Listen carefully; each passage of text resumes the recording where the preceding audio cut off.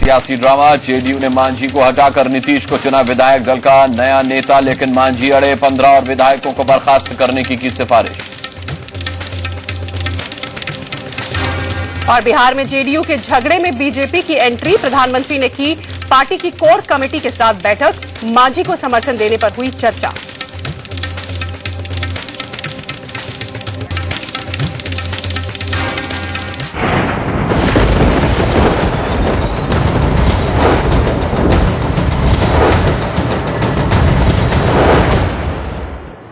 प्रस्तुत करता है Syska LED light years ahead, co-powered by Aquaguard, in association with HPL LED lighting और सह प्रायोजक कारदेखो.com। सुनो नहीं देखो।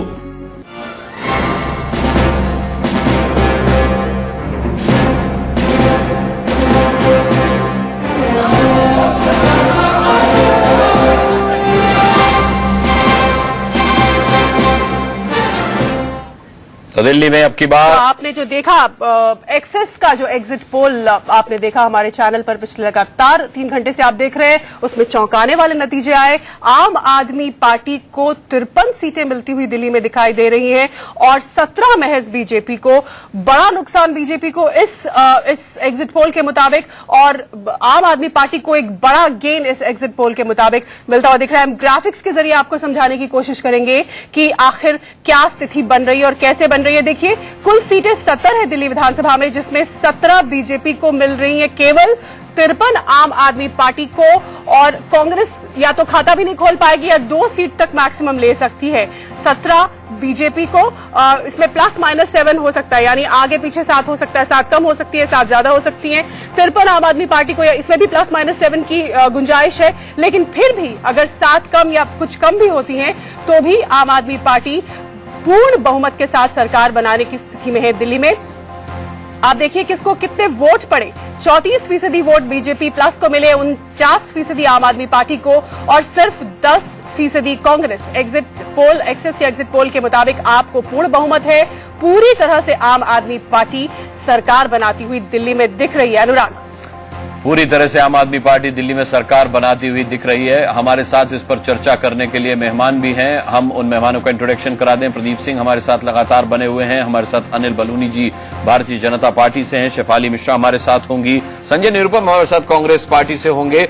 हम इनसे चर्चा करेंगे, लेकिन उससे पहले आप आंकड़ा देख रहे हैं नफा और नुकसान का। आप देख सकते हैं 2013 के मुकाबले बीजेपी को अच्छा खासा नुकसान 15 सीटों का होता हुआ इस एग्जिट पोल के हिसाब से नजर आ रहा है। वहीं 28 सीटों वाली आम आदमी पार्टी को 53 सीटें अगर मिल रही हैं तो 25 सीटों का उसे फायदा होता हुआ नजर आ रहा है। कांग्रेस के पास 8 सीटें थीं पिछले विधानसभा चुनाव में, या तो उसका खाता भी नहीं खुलेगा या फिर 1-2 सीट आएंगी, यानी कि उसको या तो पूरी 8 सीट का नुकसान होगा या फिर 6 सीटों का नुकसान उसे होता हुआ नजर आ रहा है। लेकिन सबसे बड़ा सवाल अनिल बलूनी जी आपसे, ये क्या हो गया?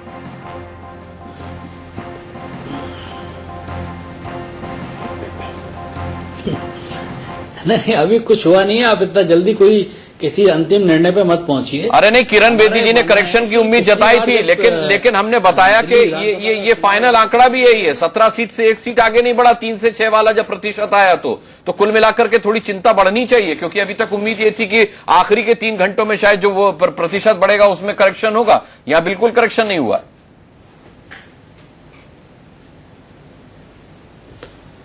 नहीं अनुराग जी, देखिए एक और मैं आपको बताता, आप देखिएगा जब अंतिम परिणाम आएगा। अभी आप लोग जो है पिछली बार आम आदमी पार्टी को अंडर एस्टिमेट कर रहे थे, इस बार ओवर एस्टिमेट कर रहे हैं। आप इंतजार कीजिए। हम लोग नहीं कर रहे सर, सर्वे है ये। हमारा भी लेकिन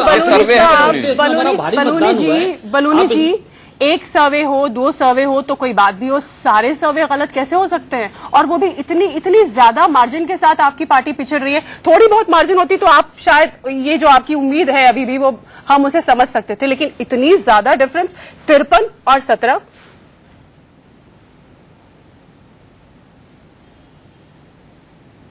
अच्छा, आप ये बताइए कि पिछले विधानसभा के लोकसभा के चुनाव में कभी किसी पार्टी ने हमें 73 सीट्स दी थी क्या उत्तर प्रदेश के अंदर? किसी एग्जिट पोल ने हमसे 40 से ऊपर सीट नहीं दी थी। हम उसको डबल से भी ऊपर पहुंच गए।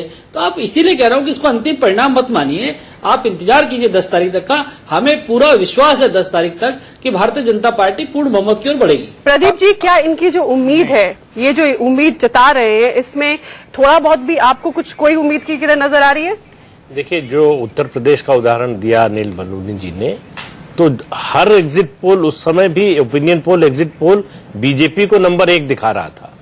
सीटें कम थी, ये सही बात है कि 40 से ज्यादा नहीं दे रहा था कोई, आपको 73 मिली एलआई के साथ, लेकिन नंबर 1 वो जो ट्रेंड था वो कंटिन्यू किया। अब और चिंता बढ़ जाएगी बलूनी जी की। तो अभी जो जितने एग्जिट पोल आए हैं उन सब में सीट का अंतर पर ध्यान छोड़ दीजिए, आप उनका ट्रेंड देखिए तो एक ही है कि आम आदमी पार्टी की सरकार बनने जा रही है। तो अब ये ट्रेंड रिवर्सल जो है, या तो सबके आंकड़े गलत हैं तभी ये ट्रेंड रिवर्सल हो सकता है, तभी परिणाम इससे अलग आ सकते हैं, लेकिन अभी हमारे पास चूंकि आंकड़े यही है एग्जिट पोल के, तो उनके आधार पर हम कह सकते हैं कि इसमें संख्या में अंतर हो सकता है सीटों की, लेकिन ये ट्रेंड कंटिन्यू करेगा।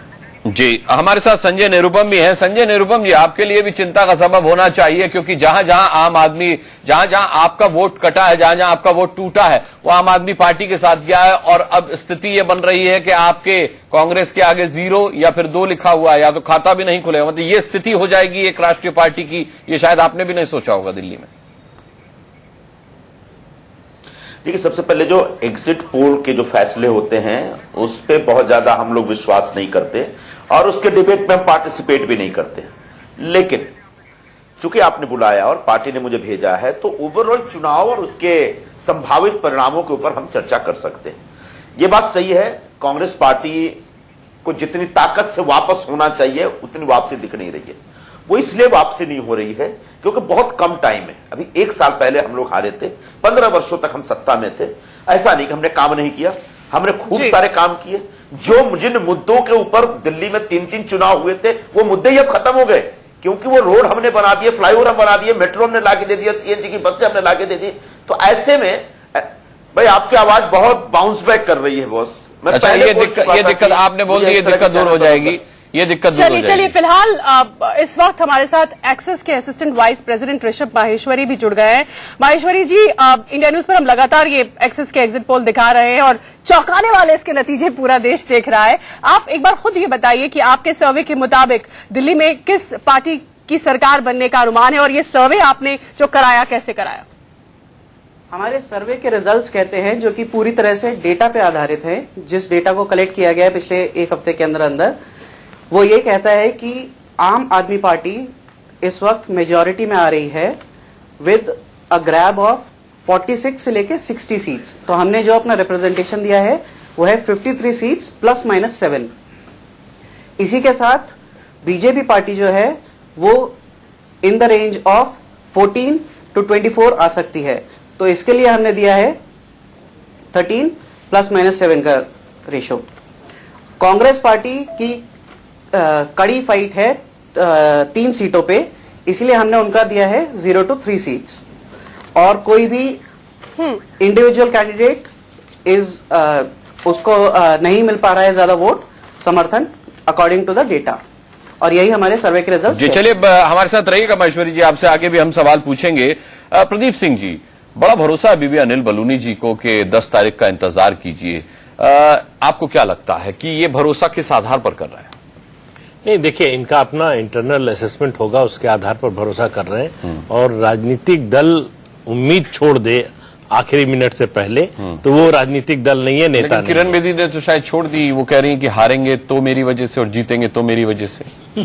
वो पॉलिटिशियन नहीं है ना। अब अभी 22-23 दिन पुरानी पॉलिटिशियन है, अभी तक उस तरह से पॉलिटिशियन बन नहीं पाई हैं, बेसिकली ब्यूरोक्रेट हैं, एडमिनिस्ट्रेशन में रही हैं। तो इसलिए रिजल्ट आने तक जो भी हारता है, देखिए, एग्जिट पोल, ओपिनियन पोल में जो भी हारता हुआ दिखेगा, उसका एक ही तर्क होता है कि जो असली रिजल्ट आएंगे उसमें स्थिति बदल जाएगी। ये इस उम्मीद पर, और जब तक आखिरी वोट नहीं गिना। इस तरह के आंकड़ों के साथ हम अगर बदलाव की उम्मीद करें भी कि कुछ फेरबदल हो भी सकता है, तो कितना ही ज्यादा हो जाएगा? नहीं, मुझे देखिए, ये जो ट्रेंड है, इसमें केवल वही कह रहे हैं, सीटों का फर्क हो सकता है, लेकिन ये ट्रेंड नहीं बदल सकता। जो लग रहा है। बलूनी जी, ये ट्रेंड नहीं बदल सकता। बहुत अच्छी बात प्रदीप सिंह जी ने कही है। आप पिछले सर्वे का हवाला दे रहे थे कि भाई पिछले सर्वे में तो भारतीय जनता पार्टी को हम नंबर 1 पे बता ही रहे थे और तमाम सर्वेज में बताया और आप नंबर 1 आए। सीटें आपके पास पर्याप्त नहीं थी सरकार बनाने के लिए, तो कम से कम पोजीशनिंग के हिसाब से आप इस सर्वे को सही मानते हैं?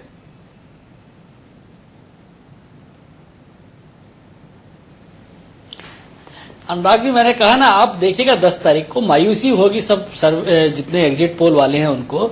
और हमने जो हमारा आकलन है, हमने अपना आकलन कर लिया है। हमारे आकलन के हिसाब से हम 36 जो मैजिक फिगर उसको क्रॉस कर रहे हैं आराम से। लेकिन अमित शाह जी तो कहते थे कि 50 के ऊपर जाएगा आंकड़ा। अब ये एग्जिट पोल देख के क्या आपने अपनी फिगर भी आगे पीछे थोड़ी घटा लिए, पीछे कर लिए?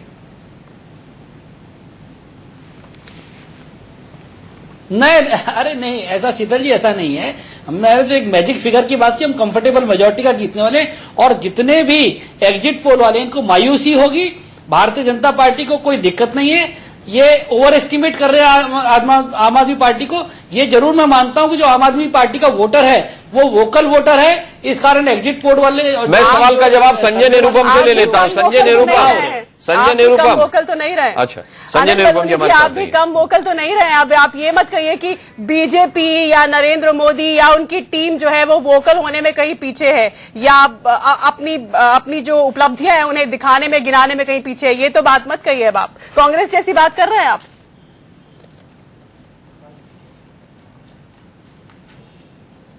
नहीं, कांग्रेस वाली बात नहीं। देखिए शीतल जी, हम बड़े पॉजिटिव पॉलिटिक्स करते हैं और हम कभी घबराते नहीं है। हमारी मानना है कि जो इस वक्त जो आम आदमी पार्टी का वोटर है वो वोकल वोटर है। इस कारण हो सकता है कि उनको लगा हो।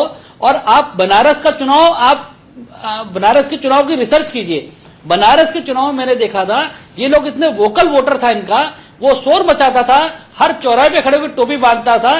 उससे कई सर्वे वाले गुमराह हो गए थे और उस वक्त इस तरह की बातें। लेकिन बनारस के चुनाव के वक्त हम खुद बनारस में, मैं मौजूद थी, महीना 1.5 महीना वहां मौजूद रही। नरेंद्र मोदी की लहर वहां स्पष्ट साफ दिखती थी। बेशक इनके वोटर्स जो है वो वोकल रहे होंगे, लेकिन नरेंद्र मोदी की लहर साफ स्पष्ट दिखती थी। लेकिन पिछले दिनों हमने दिल्ली में जो देखा, जिस तरह की इनफाइटिंग हम बीजेपी में देख रहे थे, किरण बेदी की प्रोजेक्शन को लेकर ऑब्जेक्शन हम देख रहे थे, वो सब वाराणसी में मैंने आपको मैं शीतल जी, मैं आपको मिला था बनारस में भी, और मैंने उस वक्त भी देखा था कि जब केजरीवाल जी की रैली हुई थी, उसके आप सब लोगों के चेहरे में प्रश्न चिन्ह लग गया था। केजरीवाल जी की रैली को देखकर किस तरह हर चौराहे पे आपको ध्यान होगा, झाड़ू लेके खड़े होते थे, किस तरह से टोपी लेके खड़े होते थे, वोकल वोटर होता था, रिक्शे वाला होता था, तो उससे लोग गुमराह होते थे। और निश्चित तौर पे एग्जिट पोल और जो ओपिनियन पोल के लोग हैं वो निश्चित तौर पर गुमराह होते हैं। दिल्ली में वही हो रहा है। आप इंतजार कीजिए 10 तारीख का। और 10 तारीख को मैं आपको कह रहा हूं शीतल जी, मैं आपके चैनल में बैठूंगा और मायूसी होगी इन सब लोगों को। चलिए ठीक है, एक बार फिर शीतल माहेश्वरी जी का रुख कर लेते हैं। एक्सेस के माहेश्वरी जी हमारे साथ हैं। माहेश्वरी जी, पूछना चाहूंगा कि आपने किस तरीके से ये दिल्ली चुनाव पर सर्वे कराया है? देखिए, ये सर्वे कंडक्ट किया गया था पिछले एक वीक में, जिसमें कि हमने आइडेंटिफाई किया कि दिल्ली में 70 कॉन्स्टिट्यूएंसीज हैं और 70 कॉन्स्टिट्यूएंसीज के अंदर कुछ बोल रहे हैं माहेश्वरी जी के पास, हम दोबारा जाएंगे। वहां पे रहने वाले लोग हैं वो अलग अलग हैं। देखिए, मैं आज शाम को भी कह चुका हूं, एग्जिट पोल्स अपने जगह पर है। हर चुनाव में एग्जिट पोल्स को दिखाते हैं, लेकिन हम जमीनी हकीकत को जानते हैं और हमारे कार्यकर्ता उन्होंने पूरा दिन भर इस चुनावी प्रक्रिया में भाग लिए थे। वो गवाह है, भारतीय जनता पार्टी के समर्थन में दिल्ली के जनता ने रिकॉर्ड तोड़ मतदान किया है। और हमें लगता है 10 तारीख तक हमको इंतजार करना चाहिए। भारतीय जनता पार्टी 100% जीतेगी और सरकार बनाएगी।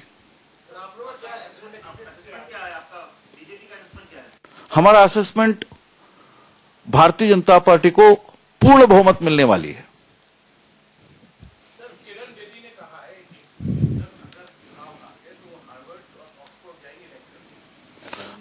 देखिए, ऐसे उन्होंने नहीं कहा है और बेदी जी ने ये कही है, यानी हम 10 तारीख का इंतजार करें, और वो भी कॉन्फिडेंट है, पार्टी भी कॉन्फिडेंट है, हम जीतेंगे और पूर्ण बहुमत से सरकार बनाएंगे।